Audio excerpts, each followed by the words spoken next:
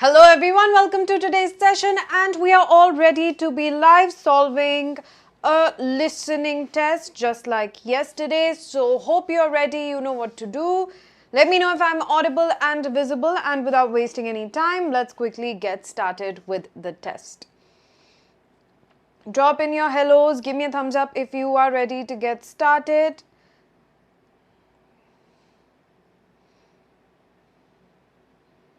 Hi, hello.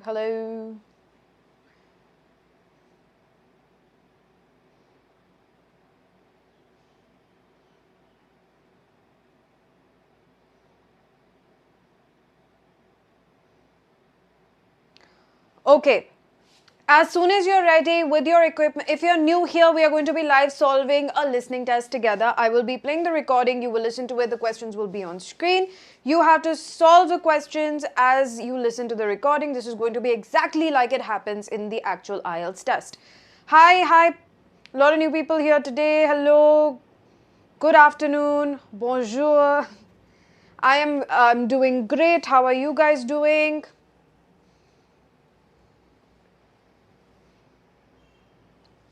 All right, grab a piece of paper and a pen. I will be playing the recording as soon as you guys tell me you're ready. I will do the same. I will also grab a piece of paper and a pen.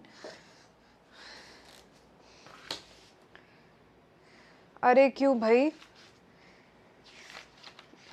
इतना गुरु सम्मान, बहुत अच्छी बात है. ठीक है, let's get started. No wasting time. Okay, I'm going to play the recording. We're going to get started right away. This is the first part. Always pay attention to the instructions. Okay, I am taking out my mic and putting it next to the audio. Okay.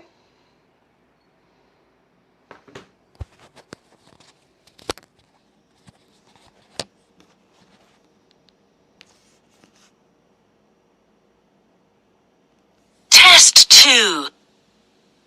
You will hear a number of different recordings, and you will have to answer questions on what you hear. There will be time for you to read the instructions and questions, and you will have a chance to check your work. All the recordings will be played once only. The test is in 4 sections. At the end of the test, you will be given 10 minutes to transfer your answers to an answer sheet. Now turn to Section 1. Section 1. You will hear a student talking to the student accommodation officer at a college. First, you have some time to look at questions 1 to 5.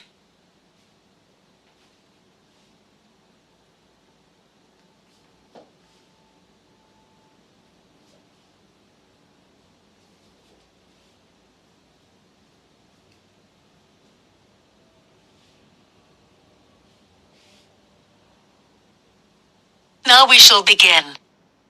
You should answer the questions as you listen, because you will not hear the recording a second time. Listen carefully and answer questions 1 to 5. Good morning. Can I help you? Yes, I've just been accepted on a course at the university, and I'd like to try and arrange accommodation in the hall of residence. Yes, certainly. Please sit down. What I'll do is fill in a form with you to find out a little more about your preferences and so forth. Thank you. So, first of all, can I take your name? It's Anu Bhatt. Could you spell your name, please? Yes, ANUBHATT. Thanks. And could I ask your date of birth? The 31st of March, 1972. Thank you. And where are you from? India. Oh, right. And what will you be studying? I'm doing a course in nursing. Right, thank you. And how long would you want to stay in hall, do you think? Well, it'll take 3 years, but I'd only like to stay in hall for 2. I'd like to think about living outside for the 3rd year. Fine. And what did you have in mind for catering? Do you want to cook for yourself or have all your meals provided? That's full board. Is there something in between? Yes, you can just have evening meal provided, which is half board. That's what I'd prefer. Yes, a lot of students opt for that. Now, with that in mind, do you have any special diet? Anything we should know about? Yes, I don't take red meat. No red meat. Before you hear the rest of the conversation, you have some time to look at questions 6 to 10.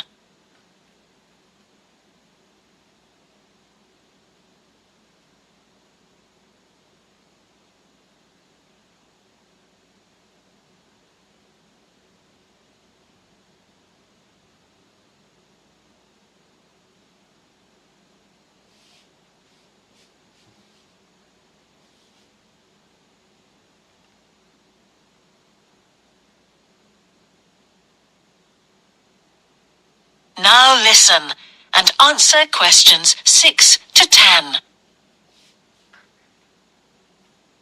Now, thinking about the room itself, we have a number of options. You can have a single study bedroom, or you can have a shared one.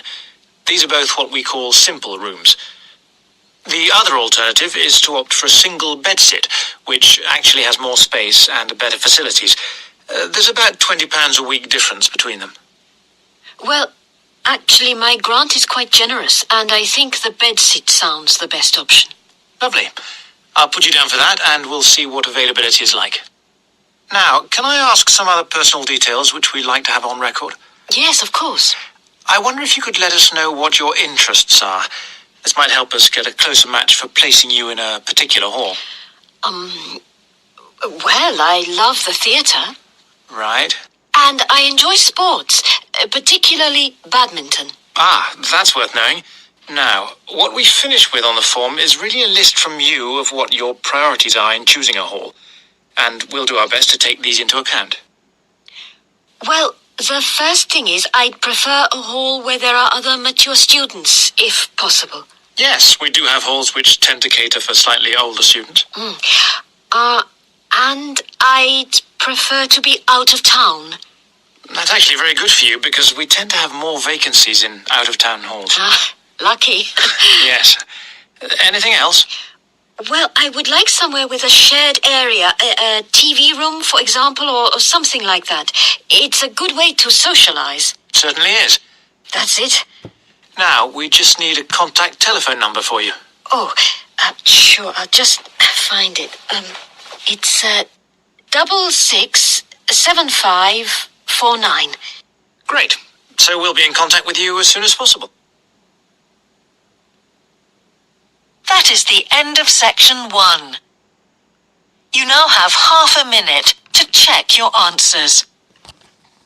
Because you couldn't see some of the questions properly, is there anything that you missed? If so, I can replay the recording just for that part. If not, then we can move ahead with the test. Sorry about that.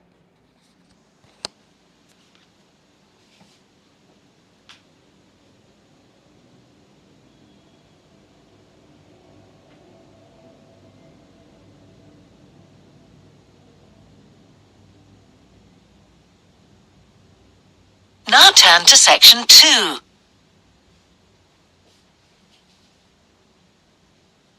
Section 2. You will hear a man giving a talk to new members of a wildlife club in the south of England. First, you have some time to look at questions 11 to 13.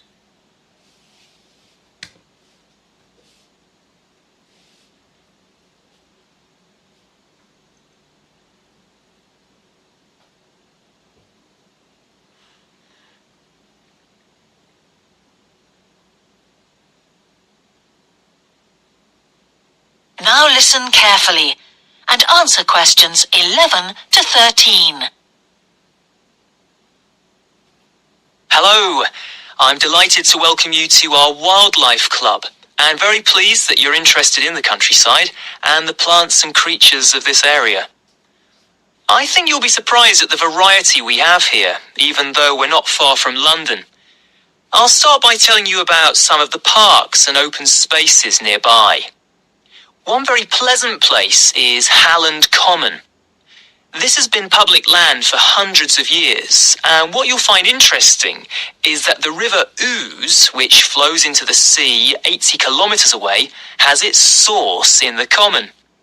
There's an information board about the plants and animals you can see here, and by the way, the common is accessible 24 hours a day.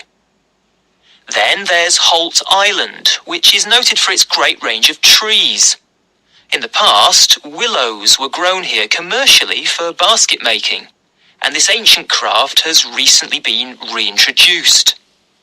The island is only open to the public from Friday to Sunday because it's quite small, and if there were people around every day, much of the wildlife would keep away. From there, it's just a short walk across the bridge to Longfield Country Park. Longfield has a modern replica of a farm from over 2,000 years ago. Children's activities are often arranged there, like bread making and face painting. The park is only open during daylight hours, so bear that in mind if you decide to go there. Before you hear the rest of the talk, you have some time to look at questions 14 to 20.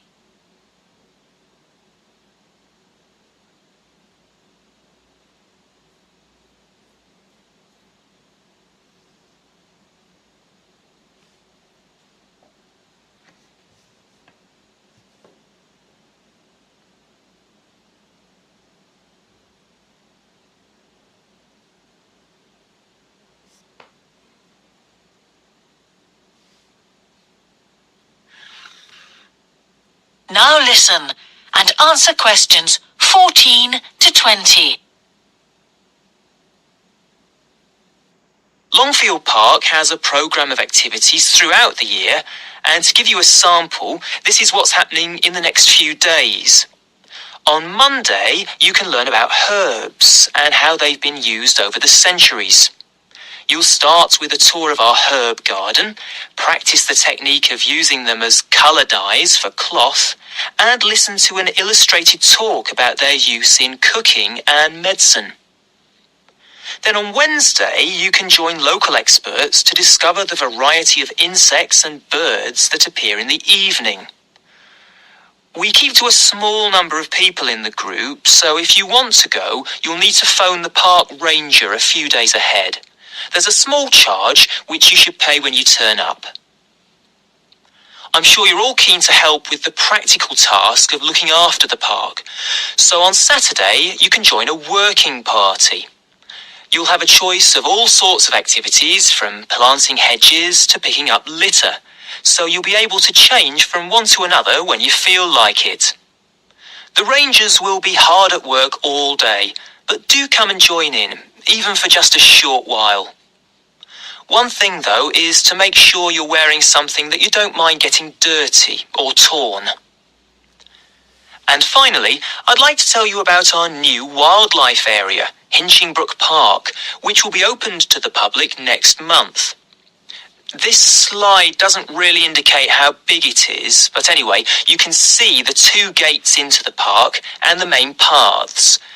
As you can see, there's a lake in the northwest of the park with a bird hide to the west of it at the end of a path.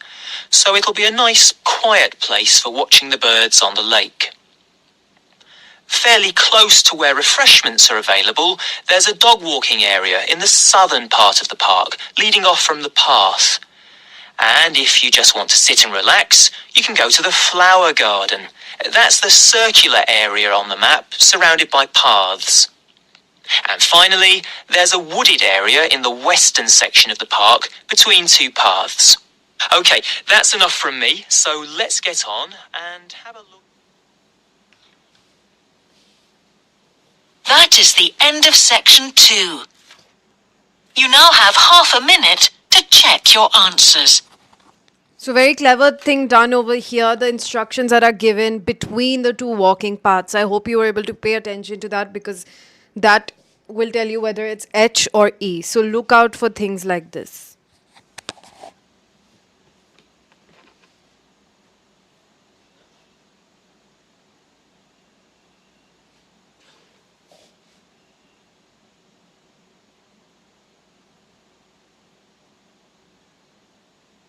turn to section 3.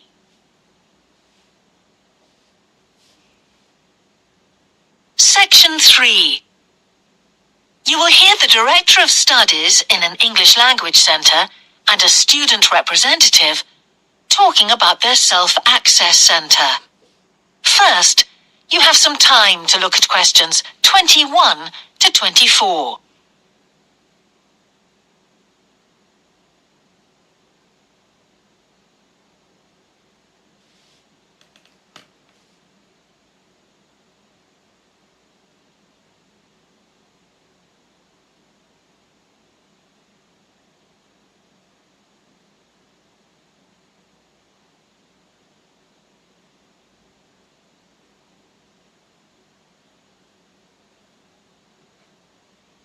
Now listen carefully and answer questions 21 to 24. Hi, Yun. As you know, I've asked you here today to discuss the future of our self-access centre. We have to decide what we want to do about this very important resource for our English language students. So, can you tell me what the students think about this? Well, from the students' point of view, we would like to keep it. The majority of students say that they enjoy using it because it provides a variation on the classroom routine, and they see it as a pretty major component of their course. But we would like to see some improvements to the equipment, particularly the computers.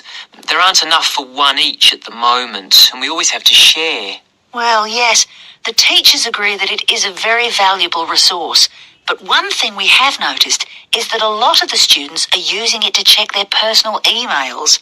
We don't want to stop you students using it, but we think the computers should be used as a learning resource, not for emails.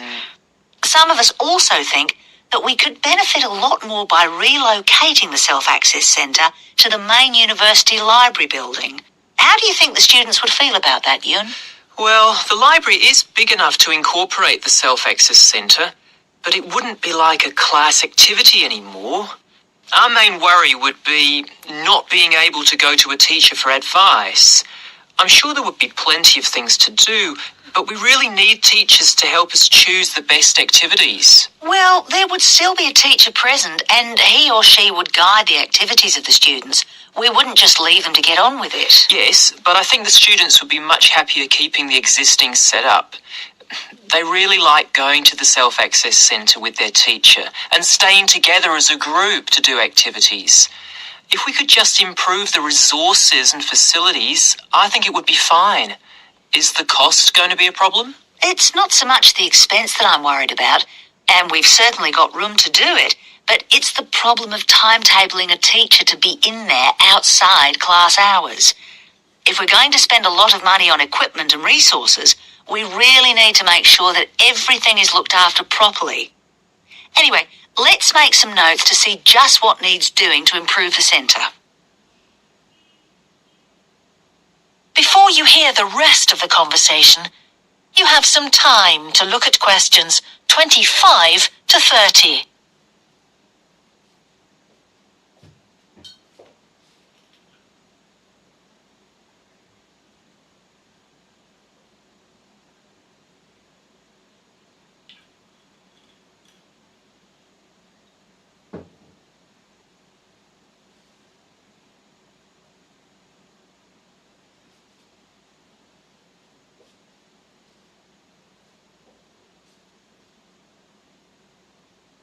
Now listen and answer questions 25 to 30.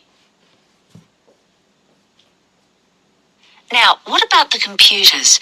I think it might be a good idea to install some new models. They would take up a lot less room, and so that would increase the workspace for textbooks and so on. That would be great. It is a bit cramped in there at times. What about other resources? Do you have a list of things that the students would like to see improved? Yes, one of the comments that students frequently make is that they find it difficult to find materials that are appropriate for their level, especially reading resources. So I think we need to label them more clearly. Well, that's easy enough. We can get that organised very quickly. In fact, I think we should review all of the study resources, as some of them are looking a bit out of date. Definitely. The CD section especially needs to be more current. I think we should get some of the ones that go with our latest course books and also make multiple copies. Good. Now, I was also thinking about some different materials that we haven't got in there at all. What do you think of the idea of introducing some workbooks? If we break them up into separate pages and laminate them, they'd be a great resource. The students could study the main course book in class and then do follow-up practice in the Self-Access Centre. That sounds good. Okay, now finally we need to think about how the room is used. I'll have to talk to the teachers and make sure we can all reach some agreement on a timetable to supervise the centre after class. But we also need to think about security too, especially if we're going to invest in some new equipment. What about putting in an alarm? Good idea. The other thing I'd like to do is talk to our technicians and see whether we could somehow limit the access to email. I really don't want to see that resource misused. What about if we agree to only use it before and after class? Yes, that would be fine. Okay, anyway, that's great for now. We'll discuss it further when we've managed to sort. That is the end of section 3. You now have half a minute to check your answers. वाह, क्या relevant सवाल पूछ रहे हो आप reading test listening test करते हुए. ऐसे ही दिमाग इधर उधर जाएगा ना टेस्ट करते हुए तो फेल हो जाओगे आईएल्ट्स में. You have to pay attention to the test while attempting the test. Okay, for others this is a good distraction practice. There will be distractions, you don't want to pay attention to them. Baki, good afternoon. Now turn to section 4.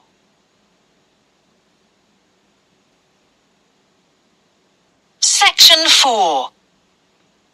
You will hear the beginning of a lecture about business cultures.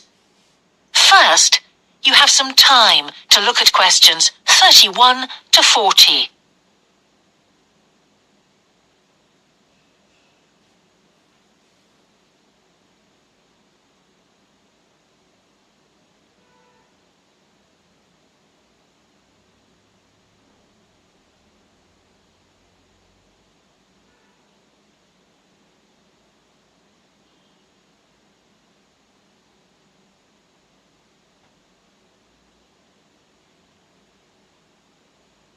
Now listen carefully and answer questions 31 to 40. Good morning, everyone. Now, whether you're going to university to study business or some other subject, many of you will eventually end up working for a company of some kind. Now, when you first start working somewhere, you will realize that the organization you've joined has certain characteristics. And we often refer to these social characteristics as the culture of the organization. This includes its unwritten ideas, beliefs, values, and things like that. One well-known writer has classified company cultures by identifying 4 major types. The first type is called the power culture, and it's usually found in small organizations. It's the type of culture that needs a central source of power to be effective. And because control is in the hands of just 1 or 2 people, there aren't many rules or procedures.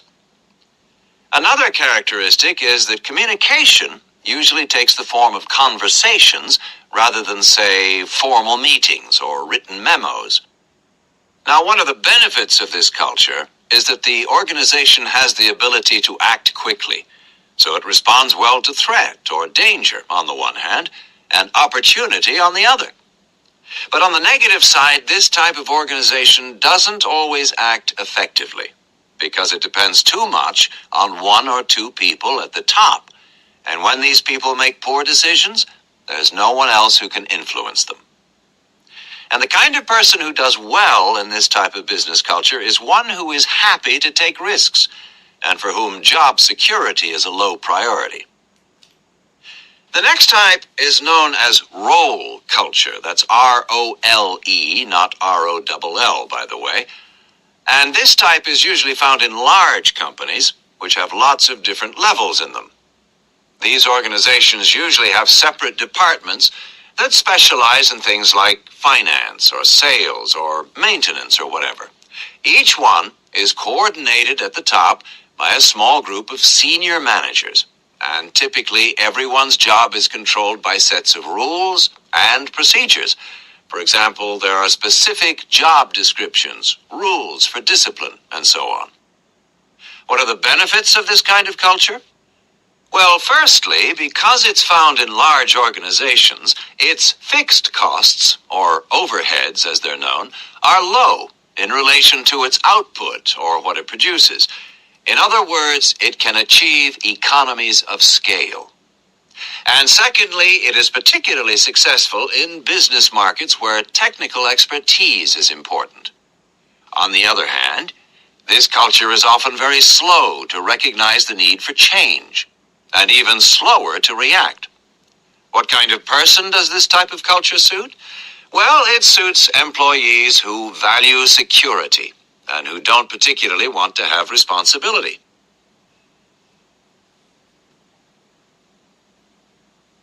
Moving on now to task cultures. This type is found in organizations that are project-oriented. You usually find it where the market for the company's product is extremely competitive, or where the products themselves have a short lifespan. Usually, top management delegates the projects, the people, and other resources. And once these have been allocated, little day-to-day control is exercised from the top, because this would seem like breaking the rules. Now, one of the major benefits of this culture is that it's flexible. But it does have some major disadvantages, too. For instance, it can't produce economies of scale or great depth of expertise. People who like working in groups or teams prefer this type of culture. And finally, the fourth category is called the person culture. This type is quite unusual. That is the end of section 4. You now have half a minute to check your answers.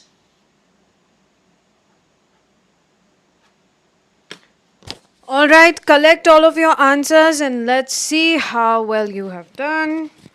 Collect and post them in the chat quickly. Meanwhile, I will quickly check my answers. I found this reading test to be quite easy overall.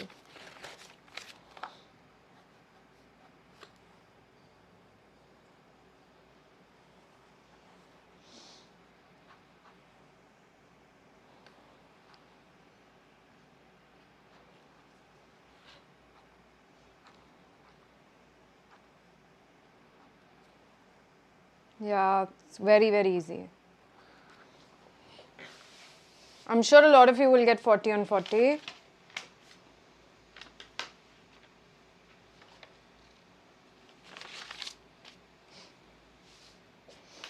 Alright, I'm going to get started with what we're actually trying to do here, which is make sure you score well in the IELTS.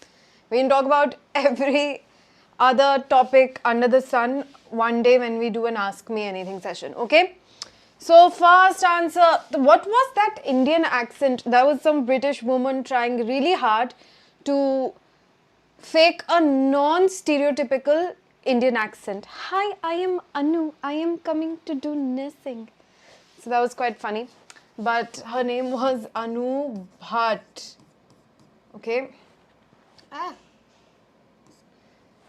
So here our instruction was one word or a number. Now, what do you write for the birthday? You might have been like, oh no, how do I write the full birthday? In this case, you only needed to write the relevant stuff, which was 31st March. So that suffices. You don't have to write the year, okay? Next, India's course of study. What did you want to do? Nursing. How stereotypical. Indians go abroad to become nurses. Number of years planned, 2. Special dietary, no red meat. Obviously, Indian means will not eat red meat. Single bed sit. Theatre and badminton. Live with students who are mature or older. To live outside the town. And to have a shared area for socializing. These were the answers. Were you all able to get these answers? I was not blushing, I was laughing. There's a difference between blushing and giggling. Okay. If you have any doubts, you have to stop me, otherwise I will move ahead. Next here, this was quite easy. Many different trees. Friday and Sunday. And farm, right?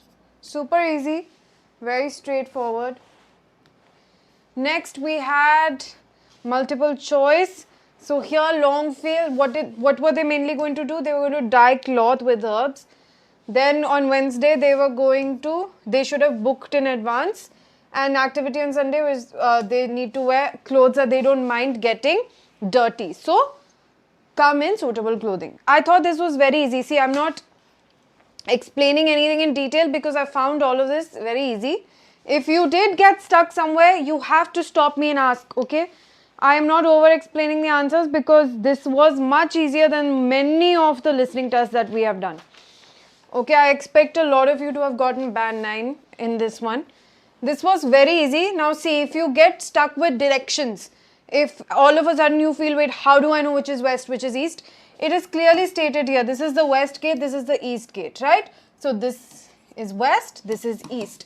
Now first, for the first bird hide area, what did the recording say? That it's to the east of the lake. West of the lake, sorry. So east of the lake would have been D, west of the lake is A. South of the lake would have been B or C. B would have been southwest, C would have been south exactly. Alright, or closer to southeast. So you need to understand these directions when you have a label the map question. Okay. So here, because it was west of the lake, A was a correct answer. Right? Where are we? 17. Yes. Then you had the dog walking area. Where was it? Next to the refreshments. What is the closest thing to the refreshments area? Closest thing to the refreshment area was I. That's why dog walking area is I. Then the flower garden was supposed to be the circular area on the map. There is only one circular area on the map, F. And finally our wooded area was now here, it was in the west, close to the west gate. Now there are two options, H and E. Here the recording clearly said close to the west gate in the area between the two walking paths. What are the two walking paths? This and this. So which area is between two walking paths? E. That's why the correct answer here was E. Okay. So if you struggled a bit in this label the map question, that's probably because you did not listen properly. First of all, look out for directions between, at the junction of, here and there. All of these words are very important. You have to pay attention to them, otherwise you will miss out on the correct answer. Alright? Okay. Now we had the student access discussion thing. This was quite easy. The students like it because it is important for their studies. The teachers, what do they want to do? They want to move it elsewhere. Then they decide to move it close in the library. Now what is the concern with moving it to the library? There are no teachers. The teachers won't be available to help the students out over there.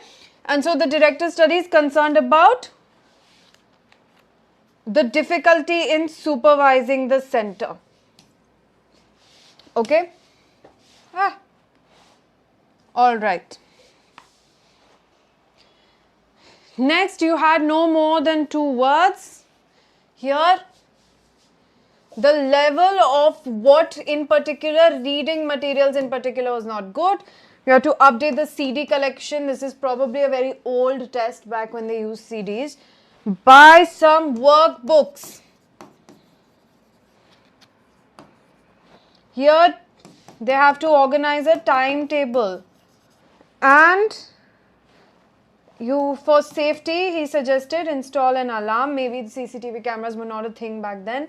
Restrict personal use of email. Don't check your email. Maybe smartphones were also not a thing back there.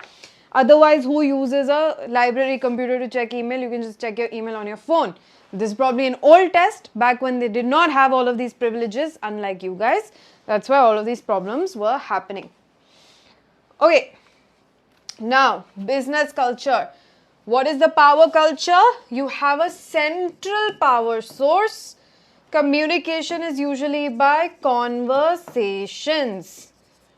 Can act quickly, might not act effectively. Sort of like a tyranny over here, one man dictatorship. Not afraid of risks. Alright, then the role culture, which is how most organizations, most corporates work. It's large and has many levels, rules and procedures. Example, job description and rules for discipline. Successful when technical ability is important, so you can hire people for the specific roles. Slow when change is needed, and it's for people who does not want, so someone who does not want responsibilities. Alright, and finally we had one question here. What is the advantage? That this is flexible. Alright. Thank you, Rohit, the achiever, for all your motivation. But you still have not corrected the spelling of achiever in your user ID. How did we do? How many of us got a band 9? Need to see your band score in the comments. Okay. That's it. That's the end of our reading test for today. I thought it was very easy comparatively, and also you probably feel like these are getting easier with time. So as we are progressing, the tests are getting easier because we're getting used to them, right? We've done enough practice tests. Most of you have done enough practice tests to actually go take the IELTS now for listening, right? So tomorrow, day after tomorrow, we are going to do speaking practice, and slowly but steadily you're all gearing up for that band 8+. Okay, so make sure you subscribe to the channel, share with your friends if you find it helpful, leave your comments and follow us so you don't miss out on updates. Oh, you were late and so you missed 6, that's okay. So from the, Mohammed Umar, from the point that you started doing the test, take your band from there. So if you missed part 1, you started from part 2, then only calculate it from part 2. Okay, yeah, it was quite easy. Leave your band scores in the comments and take very good care of yourselves. Bye-bye. I will see you. And for all your faltu questions, I promise we will do one Ask Me Anything session where you can ask me all of these ridiculous things. Okay?